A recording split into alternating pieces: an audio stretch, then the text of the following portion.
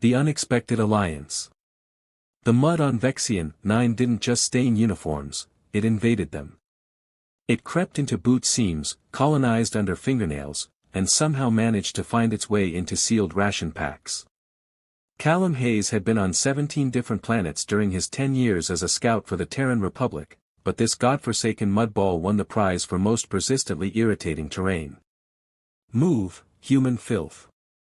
The guard's translator rendered his chittering speech into harsh basic, but Callum suspected the original Vexian phrase contained even more colorful insults. The plasma pike jabbed between his shoulder blades, sending a warning pulse of electricity through his spine. Outstanding hospitality, Callum muttered, shuffling forward with the other prisoners through the razor wire gates. 5 stars, would recommend to all my war criminal friends. No one laughed. The line of prisoners trudged forward in silence, heads bowed, spirits crushed by 3 standard weeks of processing and orientation to Camp Delta 7. Overhead, security drones buzzed like metallic insects, their sensors continually scanning faces and monitoring vital signs for any hint of rebellion. The Vexian guards, 8-foot insectoids with chitinous exoskeletons and compound eyes that reflected light like oil on water, flanked the prisoner line with military precision. Their species had conquered 4 systems before humanity had even discovered faster-than-light travel, and they made sure everyone knew it. Callum scanned the compound as they entered the main yard. Gray prefab structures squatted in the mud, crowned with sensor arrays and guard posts. Automated gun turrets tracked the prisoners with silent menace. In the distance, the processing center loomed, a black monolith of Vexian architecture, all sharp angles and looming intimidation. Designation, human. Species classification, non-essential. Combat value, minimal. The camp AI's voice buzzed through Callum's translator implant. Assigned to labor block Epsilon. Resistance is counterproductive. They always say the sweetest things, Callum whispered to himself, earning another jab from the plasma pike. Block Epsilon turned out to be a dreary barracks with stacked sleeping platforms and sanitation facilities that looked intentionally designed to humiliate. The air stank of disinfectant and despair. Callum found an unoccupied bunk near the back wall and collapsed onto it, wincing as his ribs protested. The interrogation 3 days ago had been particularly enthusiastic. He was cataloging his injuries when he felt someone watching him. Glancing up, he found himself being studied by the most unusual prisoner he'd seen in the camp. She sat on a top bunk in the corner, one leg drawn up, arms resting casually on her knee. Her skin was a pale violet that seemed to hold an inner luminescence, like moonlight through thin ice. Her ears were long and pointed, sweeping back elegantly from a face of perfect alien symmetry. But it was her eyes that caught him, deep indigo irises that examined him with analytical precision. Callum nodded a greeting. Nice place they've got here. I especially like the ambience. Very, impending doom chic. The violet alien tilted her head slightly but said nothing. I'm Callum. Human, obviously. Though my drill sergeant used to claim I was part jackass. When she finally spoke, her voice was like chilled silver. Your face has an asymmetrical scar. Callum touched the jagged line that ran from his right temple to his jaw. Souvenir from Proxima Centauri. Vexian shock trooper with anger management issues. You provoked it, she stated. Not a question. Guilty as charged. He grinned. I have a talent for annoying authority figures. She studied him a moment longer. I am Nera. Nice to meet you, Nera. That name sounds important. It isn't. Her response came too quickly, too firmly. Callum raised an eyebrow but didn't press. Everyone in this hellhole had secrets, and reasons to keep them. That night, as the lights dimmed to the murky purple that passed for night mode in Vexian facilities, Callum lay awake, staring at the bunk above him. The synthesized protein paste they'd been fed had the consistency of wet cement and tasted like a chemistry experiment gone wrong. His stomach growled in protest. Hey, Nera, he whispered toward the corner bunk where she sat, still awake, still watchful. Any chance you're secretly a gourmet chef who could transform this slop into something edible? She didn't respond immediately, but he noticed her ear tips twitch slightly. I have some contraband salt packets, he continued. Stole them off a guard who got too close. They're probably worth more than my organs on the black market here. Nera lay down finally, her back to him. But just before exhaustion claimed him, Callum heard her whisper something in a language his translator couldn't process. It sounded almost like a lullaby. The next day introduced Callum to the camp's labor rotation. First assignment, waste reclamation duty, which was exactly as pleasant as it sounded. He found himself knee-deep in the camp's filtration system, shoveling semi-processed organic matter while Vexian guards watched from a safe, odor-free distance. Enjoying your assignment, human? The guard's mandibles clicked in what passed for Vexian amusement. Best job I've ever had, Callum replied cheerfully. The benefits package is spectacular. Love the uniform too. He gestured to his filth-covered prison jumpsuit. The guard's compound eyes gleamed with irritation. Callum had discovered early on that Vexians couldn't comprehend human sarcasm, which made it his favorite weapon. To his surprise, Nera had been assigned to the same detail. She worked methodically, efficiently, never complaining or acknowledging the disgusting conditions. Unlike the other prisoners who performed their tasks with slumped shoulders and defeated expressions, she moved with purpose, almost as if she were studying the facility rather than serving it. During the midday break, Callum collapsed beside her in the shadow of a waste processor.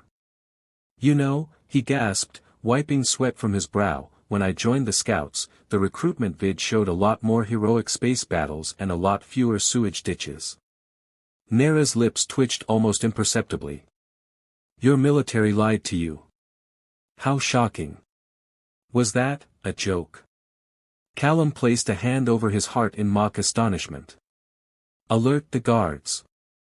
We've got unauthorized humor in Sector 7. She turned away, but not before he caught the ghost of a smile. That afternoon, Callum noticed Nera lingering near one of the filtration control panels. Her fingers moved deftly across its surface when the guards weren't looking, making adjustments too subtle to trigger alarms. That's not your assigned task, he murmured, positioning himself to block the guard's view. Neither is your survival, she replied without looking up. Yet here you are, attempting it anyway. What exactly are you doing? Insurance. She finished whatever modification she was making and stepped away. For when the time comes. Time for what? But she was already moving on, resuming her assigned duties with perfect obedience. 3 days later, Callum discovered what she meant when the camp's water purification system mysteriously malfunctioned, sending guards scrambling to prevent contamination while leaving certain security protocols temporarily disabled. That night in the barracks, he confronted her. You sabotaged the purifiers. Nera studied her nails. Curious how Vexian security systems are so vulnerable to simple electromagnetic disruptions. Who are you? Callum leaned closer. Really? Her indigo eyes flickered to his. Someone who doesn't belong here. Just like you. Before he could respond, alarms blared throughout the compound. The barracks door slammed shut automatically, and the sound of guards rushing past echoed outside. What's happening? A Centaurian prisoner called out, panic in his triple-toned voice. As if in answer, the power fluctuated, emergency lights casting eerie shadows across the room. In the main yard, visible through the narrow barracks windows, prisoners from another block had somehow broken containment. Guards fired suppression rounds into the crowd while command drones hovered overhead, broadcasting threats. Chaos erupted in their own barracks. Several prisoners began pounding on the sealed door, while others cowered on their bunks. A fight broke out between a hulking draconian and a nervous human engineer over the limited space away from the windows. Callum watched in amazement as Nera calmly walked between them, spoke a single word in a language he'd never heard, and both combatants froze mid-swing. The entire barracks fell silent. This serves no purpose, she said, her voice carrying authority that seemed impossible from a prisoner. Save your strength. The real fight isn't with each other. The would-be fighters separated, retreating to opposite sides of the room. Everyone stared at Nera with new eyes, including Callum. Okay, he said when she returned to her bunk. That was definitely not standard prisoner behavior. What aren't you telling me? She regarded him thoughtfully. You've survived 17 planets, Callum Hayes. Your record shows 4 escape attempts from various detainment facilities. Your psychological profile indicates a problem with authority but exceptional ingenuity under pressure. Callum blinked. How do you know my file? The same way I know there's a resistance operation preparing to breach this facility in approximately 6 days. She leaned closer, voice dropping to a whisper. The question isn't who I am. It's whether you want to spend the rest of this war in a Vexian labor camp, or if you'd prefer to be useful. For once, Callum found himself speechless. Outside, the riot was being suppressed with brutal efficiency. Emergency klaxons wailed as prisoners were rounded up and subdued. But inside Block Epsilon, something far more dangerous was taking form, an alliance between a sarcastic human scout and a violet-skinned prisoner whose quiet composure hid secrets that could change the course of the war. That night, as guards conducted extra patrols outside their barracks, Callum watched Nera sketch what appeared to be schematics in the dust beneath her bunk. Her movements were precise, practiced, the gestures of someone who had commanded far more than a prison block. You're not just a resistance agent, are you? He whispered. The royal revelation. The morning after the riot, Callum awoke to find Nera's bunk empty. His stomach tightened with uncertainty. Had she been taken for interrogation? Had their whispered conversation been monitored? He got his answer during noon ration distribution. Nera appeared in the line, moving with calculated casualness, but Callum noticed the slight stiffness in her posture, the barely perceptible wince when she reached for her nutrient tray. They questioned you, he said when they sat in their designated eating area, a miserable corner of the yard where the mud seemed particularly vengeful. They tried.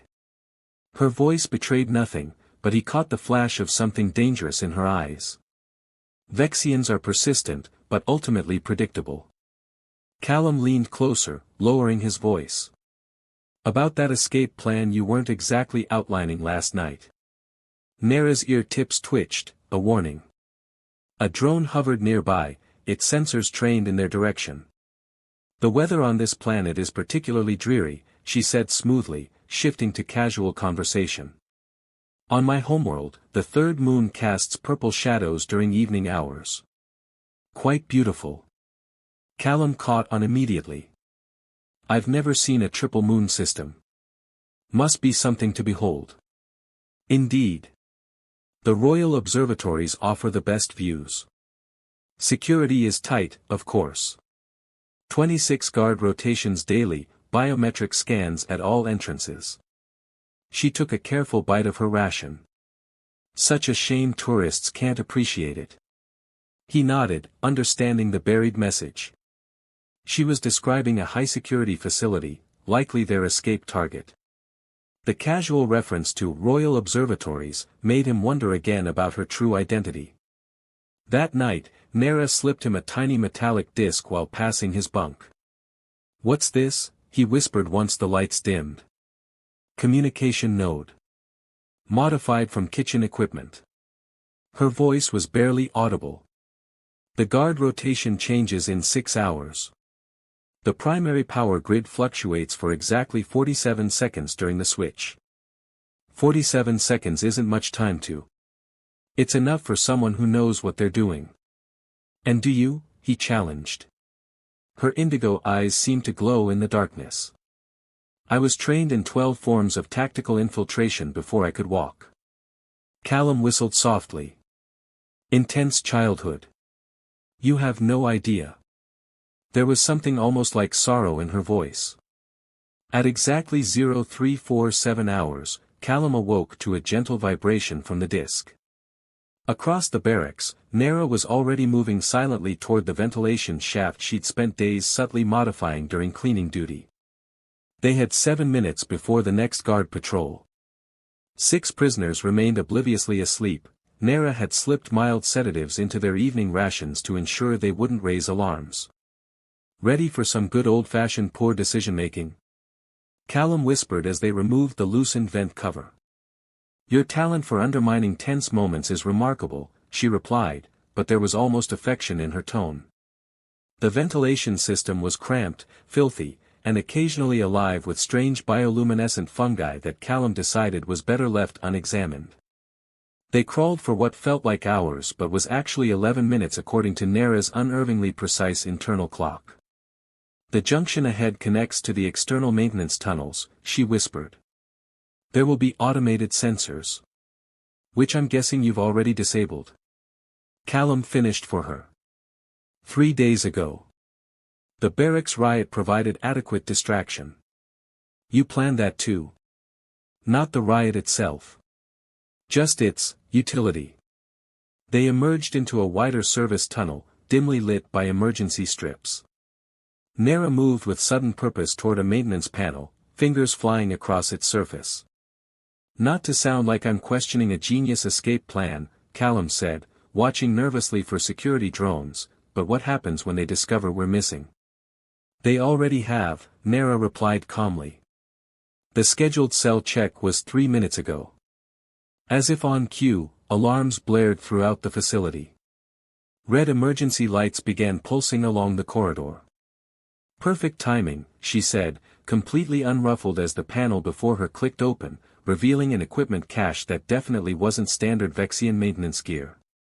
"You had this plan from the start," Callum realized as she pulled out 2 sleek pulse pistols and a device he recognized as a high-end shield disruptor.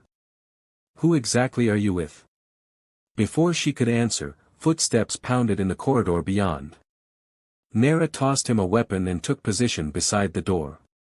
"When the guards come through, aim for their joint seams," she instructed. "Vexian exoskeletons are weakest there." "I know," Callum replied, checking the charge on his weapon. "I've killed my share of bugs." The door burst open. Callum fired twice, dropping the first guard with precision shots to the neck junction. Nera's aim was even better, 1 shot, 1 kill, with an efficiency that spoke of far more than standard military training. They moved quickly through the corridors, Nera navigating with the confidence of someone who had memorized the entire facility layout. When they reached a sealed security door, she placed a small device against the lock. "This wasn't in the schematics," Callum noted. "There's been a recent upgrade." She adjusted the device. "Fortunately, Vexian security architecture is fundamentally flawed. They build from the outside in. Once you understand the outer layer, the inner protocols follow predictable patterns." "You sound like you've made a hobby of breaking into Vexian facilities." "Not a hobby," she corrected as the door slid open. "A necessity." Beyond the door was not the exterior Callum had expected, but a communications hub, currently unmanned during the shift change. Nera moved directly to the main console. "This isn't an escape," Callum realized. "It's a mission. You came here deliberately." Nera didn't look up from the console. "I was captured deliberately, yes. The intelligence I needed was only accessible from within this facility. So I'm what, a convenient accomplice." Her fingers paused on the controls. "You're a variable I didn't anticipate, but one I've come to value." Before Callum could process that, the far door opened and a tall, lean man in a Vexian technician uniform entered. Callum raised his weapon, but Nera held up a hand. "He's with us," she said. The newcomer locked the door behind him. "Your Highness," he acknowledged with a slight bow to Nera. "The extraction team is in position." Callum nearly dropped his weapon. "Your Highness." Nera finally looked at him, something like apology in her eyes. "There are things I couldn't tell you. For your protection as much as mine." "She is Nera Lasari Solman," the technician explained. Crown Princess of the Lysian Empire and rightful heir to the Seven Systems Alliance. Callum stared at her. The violet skin, the luminescent quality, the natural authority, it all suddenly made sense. The Lysians were legendary tacticians, their royal line said to possess genetic memory that passed down strategic brilliance through generations. And their empire had been the first to fall to the Vexian expansion. You could have mentioned you were royalty, Callum said weakly. Would it have changed anything? Nera, the princess, asked. It might have improved my jokes. I'd have worked in more crown puns. Despite everything, she smiled, a real smile this time. This is why I chose you, Callum Hayes. Unbreakable spirit, even in the face of the impossible. You chose me. Your capture wasn't accidental. We've been tracking you since Proxima Centauri. Your escape record made you the perfect candidate to assist when the time came. The technician, who introduced himself as Darius, interrupted. Your Highness, we have 18 minutes before the facility lockdown completes. The intelligence? Nera nodded and turned back to the console. The Vexians have been developing a new weapon, a consciousness disruptor that targets specific genetic markers. They plan to use it against the Alliance leadership first, then modified versions against each resistive species. She downloaded the data to a crystal shard and pocketed it. But they made one critical mistake. They're routing the command protocols through the old Imperial network, my network. Which means? Callum asked. Which means with the right access codes, we can turn their weapon against them. Her eyes gleamed. But those codes are stored in the Imperial Palace on Maraxis. Let me guess, our next destination. If you're still interested in making poor decisions with me, she said, the corner of her mouth lifting slightly. Darius cleared his throat. The shuttle is waiting, Your Highness. They moved through the service tunnels toward the landing pad, encountering 2 more guard patrols that they dispatched with efficient teamwork. Callum found himself watching Nera with new eyes, seeing the royal bearing that had been there all along, the centuries of breeding and training evident in every precise movement. As they reached the exterior door, she paused. Once we leave, there's no turning back, Callum. The Vexians will hunt us across every system. And Maraxis is deep in enemy territory. I joined the scouts to make a difference, he replied. Escorting a princess on a mission to save the Alliance definitely qualifies.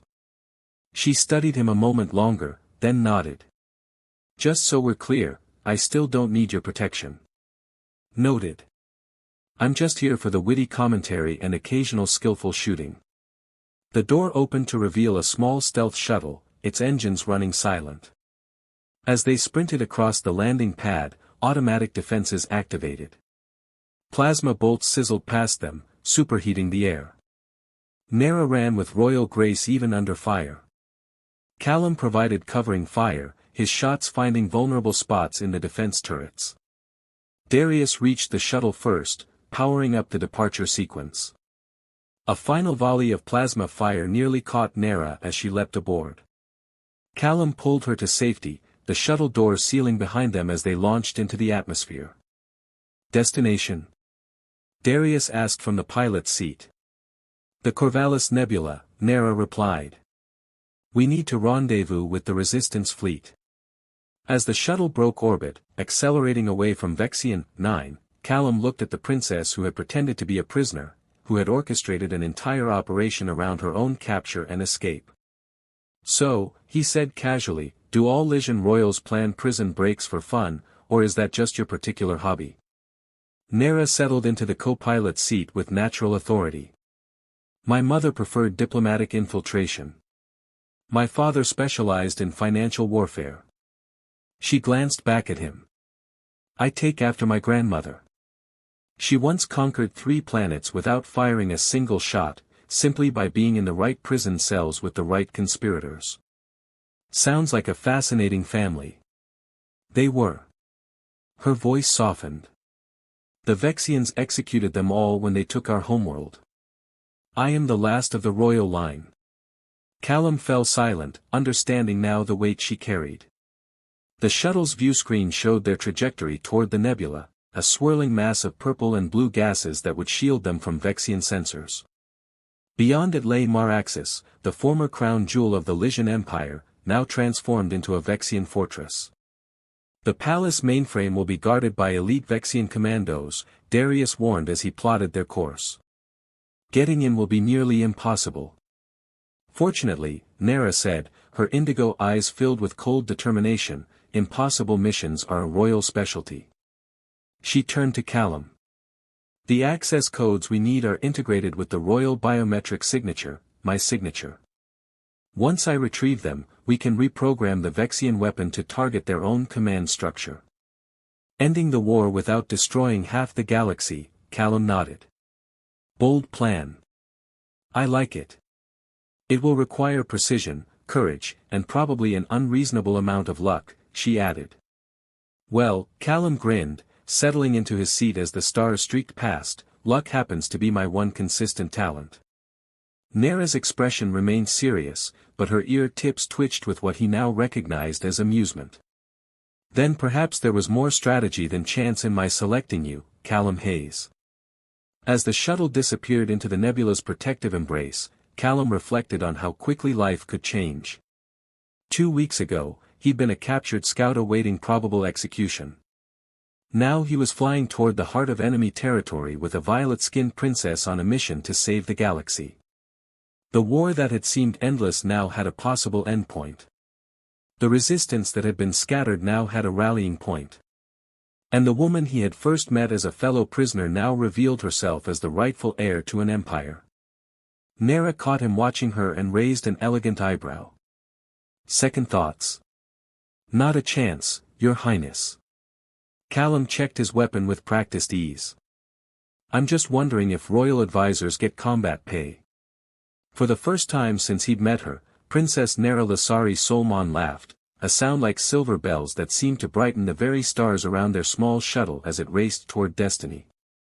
Operation Long Ears and Loose Cannon is officially underway, Callum declared. Nera sighed. We are not calling it that. Too late.